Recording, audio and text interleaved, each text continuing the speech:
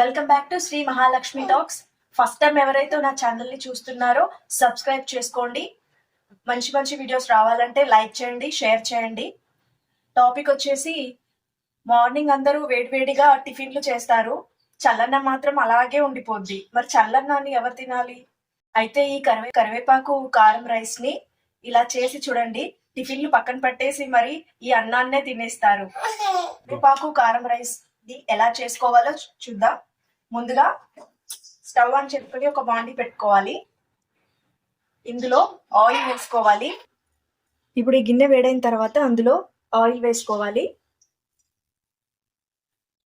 చాలా ఈజీగా 2-3 ఐటమ్స్ తోనే ఈ కరివేపాకు రైస్ అనేది అయిపోద్దండి. ఒకసారి ట్రై చేయండి.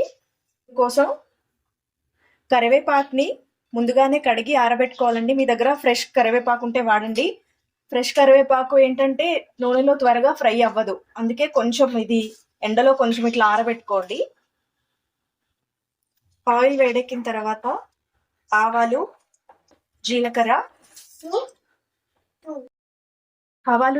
వేగిన తర్వాత ఎండుమిర్చి,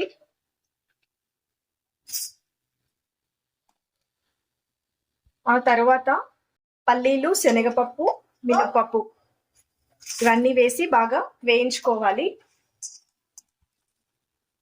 ఆ తర్వాత కొంచెం పసుపు,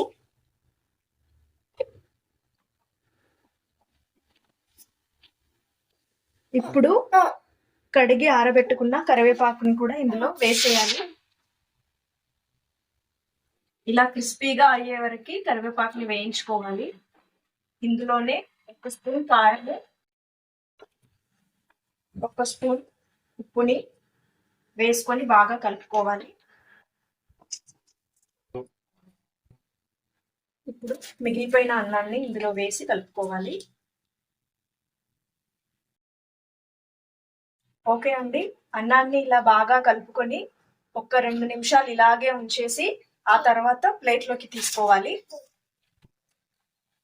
ఓకే అండి, కరివేపాకు కారం అన్నం రెడీ అయిపోయింది. మీరు కూడా ఒకసారి ట్రై చేసి ఎలా వచ్చిందో కామెంట్ బాక్స్ లో నాతో షేర్ చేసుకోండి. మీకు కనుక ఈ వీడియో నచ్చినట్లయితే లైక్ చేయండి, షేర్ చేయండి, కామెంట్ చేయండి, సబ్స్క్రైబ్ చేసుకోండి. Okay, bye.